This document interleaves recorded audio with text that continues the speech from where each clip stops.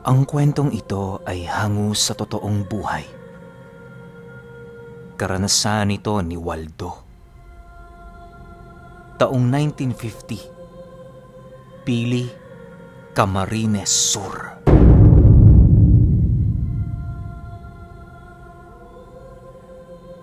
Itong mga panahong ito, kasalukuyang nakatira ang pamilya ni Waldo sa Pili.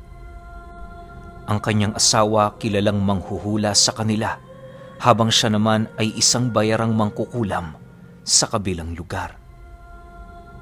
Bagaman maraming nakakaalam sa pagkatao nitong pamilya ni Waldo, hindi sila pinagtatabuyan sa kanilang lugar.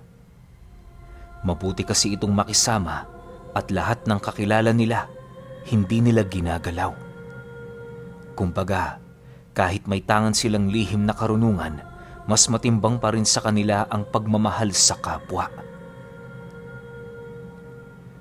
Sa ilang dekadang pagtatangan niya ng lihim na karunungan, tatatlo pa lamang ang nabawian ng buhay sa kanyang mga kamay. Dalawa dito ay konsehal sa bayan at ang isa naman kilalang manggagamot sa ibayong baryo. Kahit mangkukulam itong si Waldo, may mga tao pa ring bumibisita sa kanilang tahanan. Ang iilan sa mga ito ay nagpapahula nang sa gayoy magawa nilang mapaghandaan ang kanilang hinaharap. Hindi man sa pagmamalaki pero itong asawa ni Waldo, kinikilala bilang isang dibinong manghuhula sa kanilang lugar. Marami na kasi itong napatunayan at halos lahat ng nagpahula dito, tumpak ang kanyang mga katagang binitawan. Ang iilan sa mga parokyano ng kanyang asawa na malapit nang mamatay, nadadagdagan ng bahagya ang kanilang buhay dahil sa pagsunod sa pangitain nitong kanyang asawa. Isang araw, paggising nilang dalawa, nasipat ni Waldo ang kanyang asawa na tulala habang nag-uusal. Nakatitig ito sa dingding ng kanilang bahay na para bang meron itong napakalalim na iniisip. "Ga, anong nangyayari sa'yo?" Bungad na tanong dito ni Waldo. Nang marinig nito ang kanyang sinabi, agad naman yung kumuha ng patpat at nag-umpisang umukit ng mga larawan sa kanilang sahig.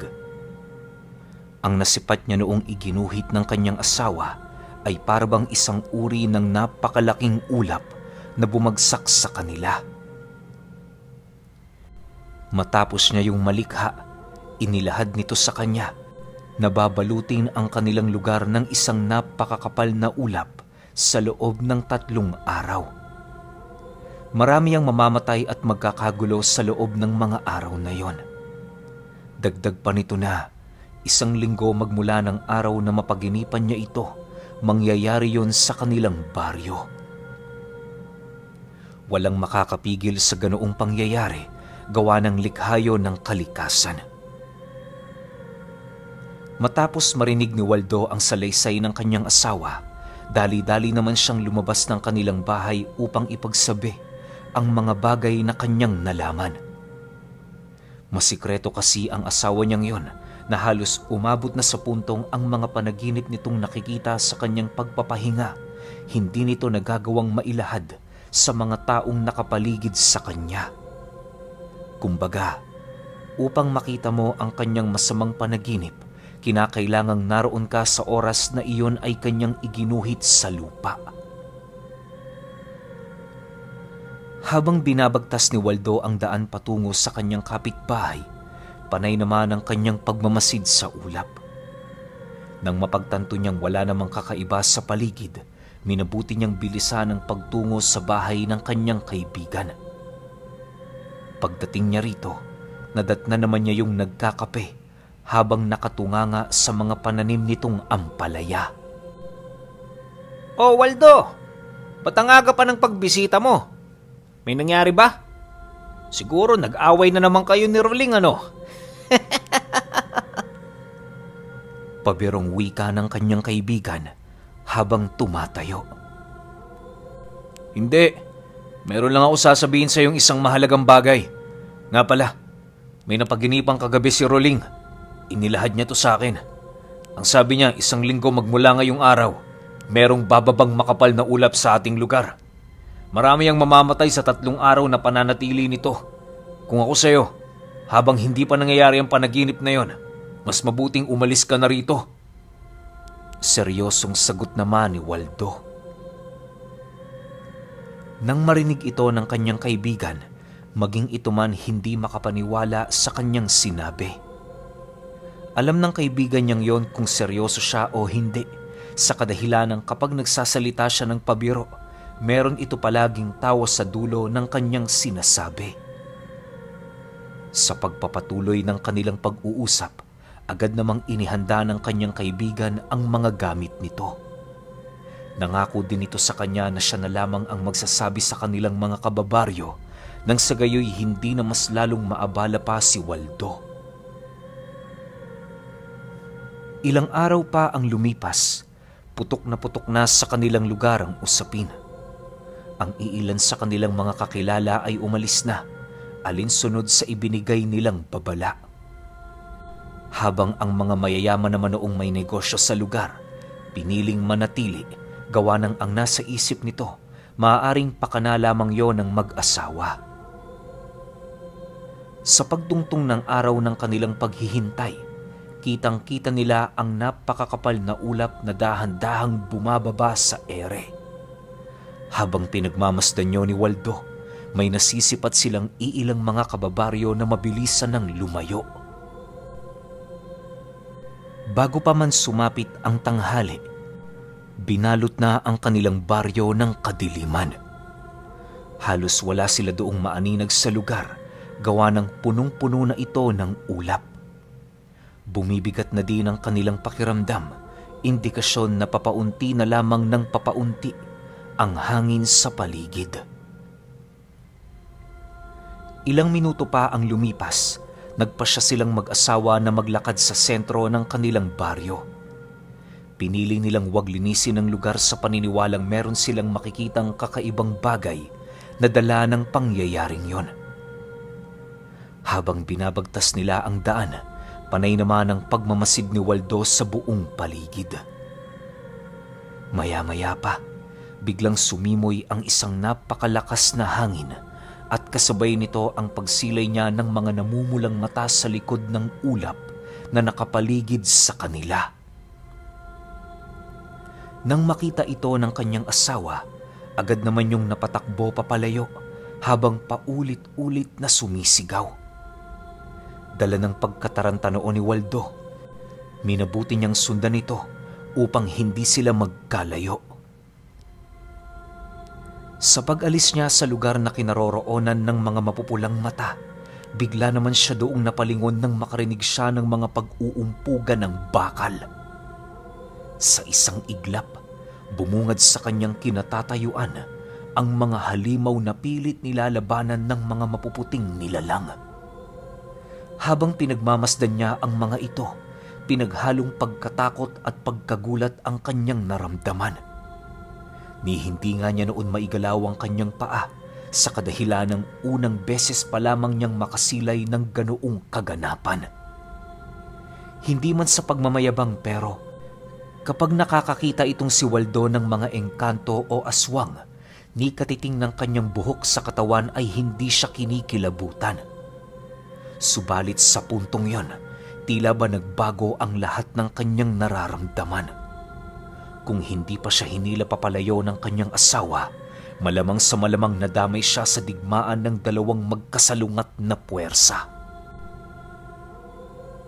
Sa pagpapatuloy ng kanilang paglalakad, rinig na rinig nila ang mga pagsisigaw ng iilan nilang mga kababaryo na piniling manatili. Pakiramdam noon ni Waldo, ang ulap na bumaba sa langit nagdadala ng pagkawasak sa lugar na binabaan nito. Maya-maya pa, bigla naman siyang hinila ng kanyang asawa patungo sa isang bahay na kanilang nakita. Minabuti nilang magtago doon pansamantala, gawa ng may mga nararamdaman na silang kakaiba sa paligid.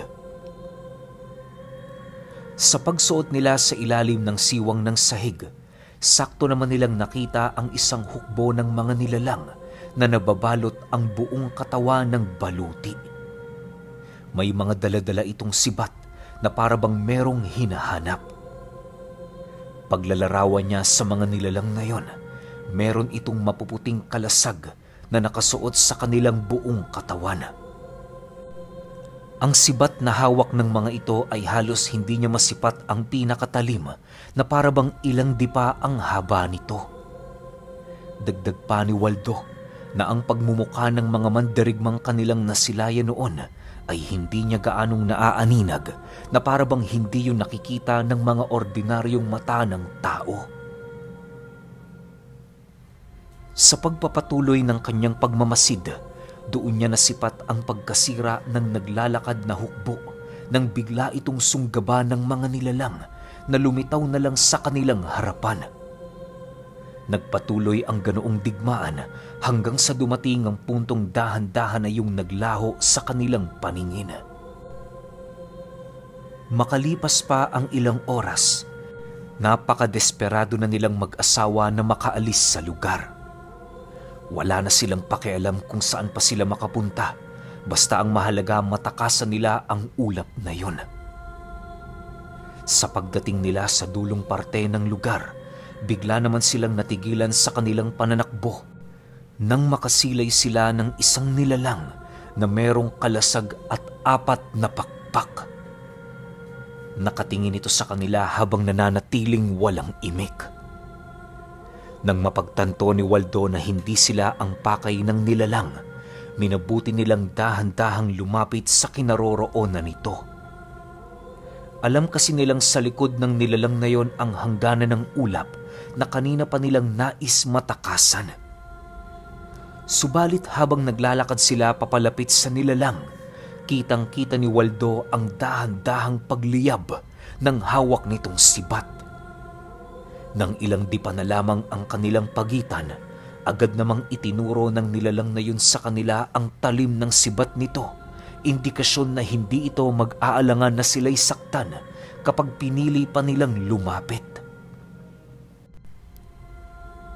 Ngunit ilang minuto pa ang lumipas, bigla naman yung sinunggaba ng isang halimaw na biglang lumitaw sa kung saan.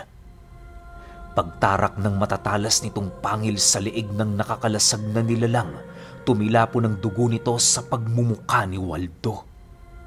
Ramdam niya ang hindi maipaliwanag na lasa ng dugo ng nilalang na yon, gawa ng pumasok ito sa kanyang bunganga. Dala ng takot at kanilang pagmamadali, minabuti nilang dumaan sa likurang bahagi ng 2 nilalang na naglalaban. Pagsilay nila sa unahang parte ng lugar, doon bumungad sa kanila ang kakahuyan na walang gaanong ulap. Sa pagdating nila sa hangganan ng ulap na yon, ramdam nila Waldo ang pagkawala ng hangin sa buong paligid. Bagaman hindi na sila noon gaanong nakakahinga, pinilit nila ang kanilang sarili na makatakas. Ilang minuto pa ang lumipas, narating na nga nila ang unahang bahagi ng lugar kung saan wala doong nakakalat na ulap. Pagramdam nilang ligtas na sila, minabuti nilang mahiga habang dahan-dahang ngumingiti. Sa pagsilay nila sa kalangitan, doon nila pinag-usapan ang kahibangan nitong si Waldo na danasin ang panaginip ng kanyang asawa. Ayon kay Roling, na kung hindi niya lang mahal si Waldo, hindi niya yun sasamahan sa loob ng ulap na yun. Alam na niya kasi kung ano ang makakasalamuhan nila sa lugar, gawa ng sa loob ng 1 linggong hindi pa yun dumarating, yun palagi ang kanyang nakikita sa kanyang pangitain. Sa pagpapatuloy ng kanilang pag-uusap, wala na silang nagawa kundi pagmasdan ng napakakapal na ulap. Kinagabihan, laking gulat na lamang nila nang masipat nilang unti-unti na yung nawawala. Sa pagsapit ng umaga, bumungad sa kanila ang isang kagimbal-gimbal na pangyayari sa kanilang lugar.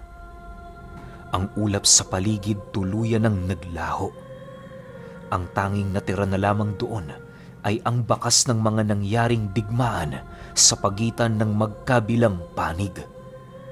Idagdag mo pa dito ang mga patay na hayop na nagkalat sa kanilang baryo, maging ang bangkay ng iilang taong hindi naniwala sa pangitain ng kanyang asawa. Nang malaman ng mga taong nakatira sa kanilang lugar ang pagkawala ng ulap, agad naman yung nagsibalikan. Hindi gaanong kumalat ang pangyayaring yon sa karatig bayan, gawa ng napakaliit lamang ng baryo nila Waldo para bigyan yon ng pansin ng gobyerno. Marami din ang nagpakalat ng istoryang yon pero ni isa sa mga nakarinig walang naniwala. Maaaring yun din ang naging rason kung bakit sa paglipas ng panahon na ibaon na ang istoryang ito sa limot. Makalipas ang ilang araw, bumalik ang sigla ng kanilang lugar. Marami ang nagtanong sa asawa ni Waldo kung babalik pa ba ang ulap na yon, nang sa gayoy magawa nilang makapaghanda sa muli nitong pagdating. Nang mapag-alaman nilang hindi na yun babalik, sobra-sobrang ginhawa naman ang kanilang naramdaman.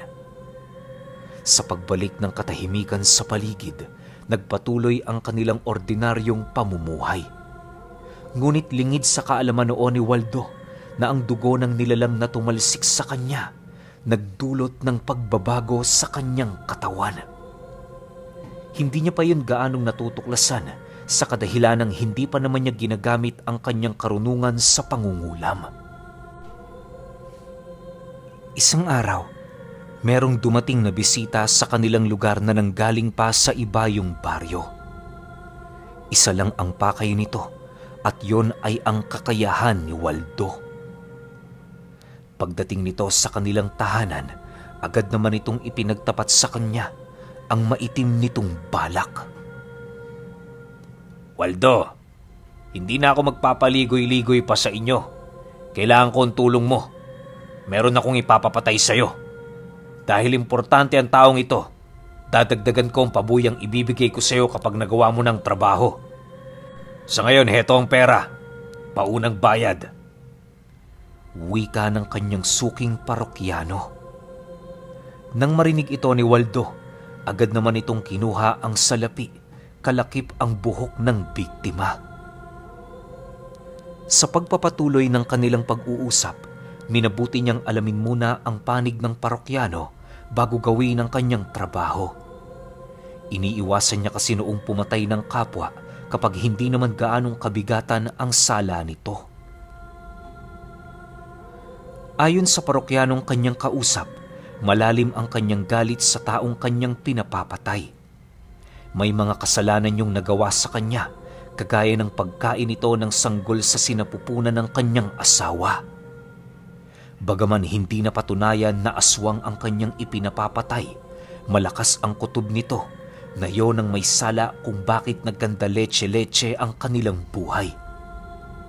Wala nang ibang hinahangad itong parokyano kundi makita yung magdusa sa lahat ng kasalanang kanyang nagawa. Dagdag pa nito na kahit ilang salapi pa ang hilingin sa kanya ni Waldo, nakahanda siyang ibigay ito. Nang marinig niya ang sinabi ng lalaki, bigla naman siyang kinabahan sa kadahilanang alam niya sa kanyang sarili kung gaano makapangyarihan ang mga aswang. Bibihira yung maapektuhan ng mga usal, lalo pat kung nasa panig din yon ng kaliwa. Nasisiguro din niyang madali siyang maaamoy nito, gawa ng sa pamamagitan ng kanyang sakit, madali siya nitong matutunton. Upang mailigtas ang kanyang sarili at makuha ang salaping kanyang inaasam, magmula noong araw na yon, katakot-takot na paghahanda ang ginawa ni Waldo. Isang buong linggo din siya noong hindi kumain sa paniniwalang mapapalakas nito ang kanyang kaalaman sa barang. Nag-alay din siya sa demonyong pinaghuhugutan niya ng lakas nang sa gayoy magawa niyang masiguro ang sarili niyang kaligtasan. Makalipas ang 2 linggo ng paghahanda, halos kitang-kita na sa katawan ni Waldo ang labis na pangangayayat. Hindi naman noon nagtaka ang kanyang asawa sa kanyang ginagawa dahil sa nagawa na nitong makita ang mangyayari sa kanya bago pa man niya yun gawin. Waldo, mag-iingat ka ha? Yang gagawan mo ng masama, totoong aswang yan. Alam kong hindi ka pa nakakapatay ng aswang, kaya naman pag-igihan mong yung gagawin. Kapag nakahanap ka ng pagkakataon, patayin mo na kaagad. Huwag ka nang gumawa pa ng kahit na anong pagpapahirap. Tandaan mo, Waldo, parehas tayong nagtataglay ng maitim na karunungan. Walang makakaprotekta sa atin dito. Paalala ng kanyang asawa. Matapos nitong makapagsalita, agad naman niyang binagtas ang daan patungong gubat. Doon na niya kasi uumpisahan ang kanyang pangungulam sa kadahilan ng mas nakakakuha siya doon ng dagdag na lakas sa mga maiitim na nilalang na gumagala. Sa pagsapit ng gabi, kung ano-ano ng ritual ang ginawa ni Waldo sa harapan ng ilang hiblang buhok na kanyang kinuha sa parokyano. Nag-alay din siya doon ng 5 baboy at 3 manok, nang sa gayoy mas madali siyang mapansin ng demonyong pinagkukunan niya ng lakas. Sa bawat pagbanggit at pag-ihip ng dasal ni Waldo sa buhok, sobra-sobrang kaba ang kanyang nararamdaman sa kadahilanang kapag nagkataong gabunan ang aswang na yon, paniguradong siya muna ang mamamatay bago pa man sumakop ang kanyang pinakawalang sakit sa nilalang. Ilang oras pa ang lumipas, dahan-dahan na niyang inihip ang sakit sa buong paligid. Kasabay ng sakit na yon na dumapo sa hangin ay ang isa sa pinakamalakas niyang usal upang madaling mapahina ang aswang. Lahat ng karunungan noon ni Waldo ay ibinuhos niya doon nang sa gayoy masiguro niyang hindi siya nito babalikan. Akala niya magiging maayos na ang lahat pero nagkamali siya. Sa pagsapit ng sumunod na araw, laking gulat na lamang ni Waldo nang makatanggap siya ng mensahe na galing pa sa ibayong baryo. Ang kanyang parokyano at ang iilan sa mga kapatid nito natagpo ang bangkay sa kanilang mga bahay. Nababalot yon ng mga kakaibang insekto na walang habas na naglalabas-masok sa kanilang mga katawan. May iilan din yung kapitbahay na nadamay na parabang meron doong lumaganap na sakit noong gabi. Nang marinig niya ang sinabi ng mensahero, bigla naman siyang nagtaka sa kadahilan ng aminado siyang hindi niya dinamay ang pamilya ng nagpapabayad. Alam niyang hindi siya ang may gawa ng ganoong bagay sa kadahilan ng hindi pa naman siya nababaliw.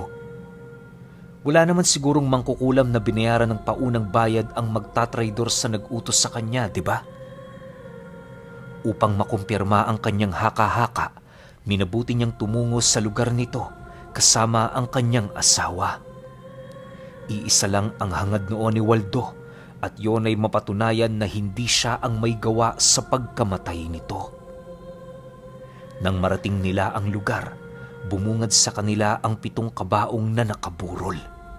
Lahat ng naroon, walang sawa sa pag-iyak, maipakita lamang ang lubos nilang pagdadalamhati. Pagpasok niya sa bahay ng parokyano, bumungad sa kanya ang katawan nito na animoy hindi na makilala. Katabi ng nag-utos sa kanya ang bangkay ng anak nito at ang iilang panauhin na unang beses niya pa lamang din makita. Sa pagsilay niya sa kaharap nitong kabaong, bumungad sa kanya ang lalaking pinapapatay nito. Naaagnas na ang buo nitong katawan at sa tingin noon ni Waldo yon ang pinakanapuruhan sa sakit na kanyang pinalipad hangin. Habang nagmamasid siya sa buong paligid, ramdam niya ang bakas ng kanyang karunungan. Gulong-gulo na noon ang kanyang isipan sa kadahilan ng kahit sa panaginip, hindi niya lubos maisip na ganoon na kalakas ang kapangyarihan na kanyang tinatangan. Ilang minuto pa ang lumipas, bigla namang nabaling ang kanyang atensyon sa isang matandang pumasok. Pagramdam niyang albularyo ito, agad naman siya doong lumayo sa pag-aakalang magagawa siyang maapektuhan ng tinatanga nitong presensya. Subalit nang makalapit sa kanya ang matanda, laking gulat na lamang ni Waldo nang wala siyang maramdamang kakaiba. Pakiramdam niya noon, ordinaryong matanda lang ito na walang kahit na ano sa katawan. Magmula noong nangyari ang insidente, mas lalo pang tumibay ang pag-aasam ni Waldo na tumuklas ng panibagong lihim na karunungan. Kung hindi pa sinabi ng kanyang asawa na dahil sa dugo ng nilalang na kanilang nakita, ang panibagong kakayahang tinatangan niya, hindi niya pa yun malalaman. Matapos maunawaan ni Waldo ang mga bagay-bagay, mas lalo pa siyang naghangad ng mas mataas pang kakayahan.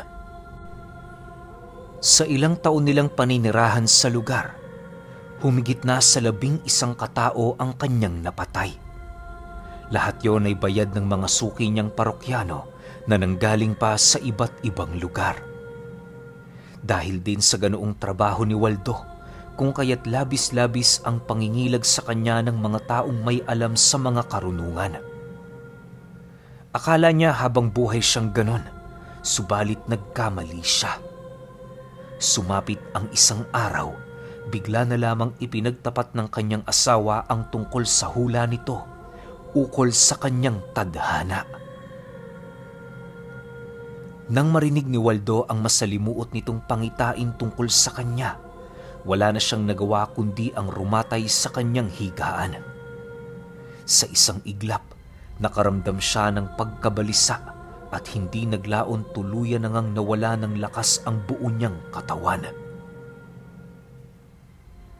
Pero alam niyo ba na sa kabila ng pagiging baldado nitong si Waldo, patuloy niya pa ring inaalala ang nasaksihan niyang digmaan at noong minsang naganap ang isang aksidente na tumama sa kanyang bunganga na dugo ng mandirigma na galing sa loob ng ulap.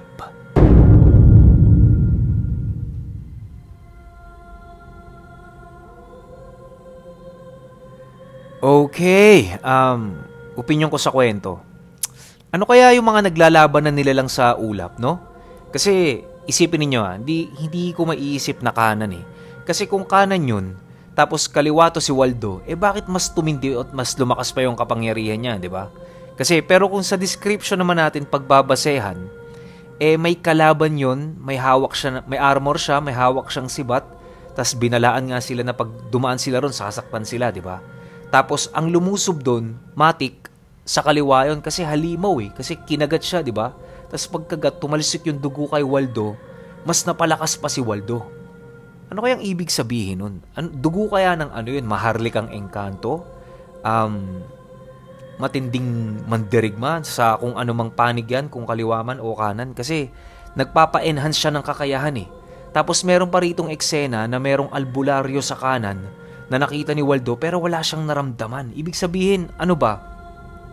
Kanan kaliwa na si Waldo o nasa ibang level na talaga ng kapangyarihan sa kaliwa yung tangan niya? Pwedeng ganun no? Doon lang ako medyo napaisip ng konti. Kaso nga lang, merong kapalit. Naging baldado tong si Waldo. Diba? Yun lang yung medyo masakit din na part para sa kanya na ang lakas niya nga. Pero ilang taon din naman siyang naghari sa lugar nila Kaya siguro naman sulit na yun. Kaya yung pagiging baldado niya siguro oras na niya, di ba? Pero ang galing ng asawa ni Waldo. Sayang lang wala tong bukod na kwento pero ang angas talaga nila mag-asawa. Pero kayo, kung may opinyon kayo sa kwentong ito, i-comment nyo lang sa baba. Yun lang. Hanggang sa susunod na kwento. Salamat.